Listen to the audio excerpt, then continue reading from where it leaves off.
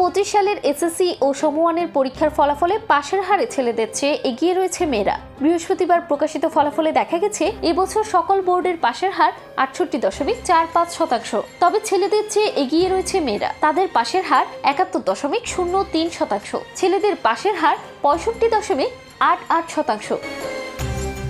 এসএসসির 9টি সাধারণ শিক্ষা বোর্ড, মাদ্রাসা শিক্ষা বোর্ডের দাখিল পরীক্ষা ও এসএসসি ভোকেশনাল ও দাখিল পরীক্ষার সবগুলোতে মেয়েদের পাশের হার বেশি।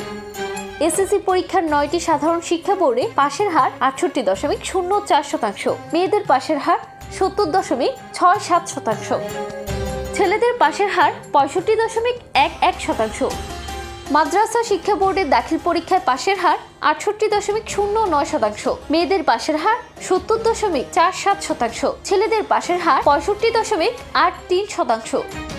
এসএসসি ভোকেশনাল ও দাখিল পরীক্ষায় পাশের হার 73.63%, মেয়েদের পাশের হার 81.62%, ছেলেদের পাশের হার 71.09%।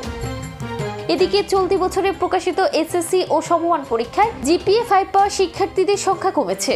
এবছর জিপিএ 5 পেয়েছেন 1,39,032 জন শিক্ষার্থী।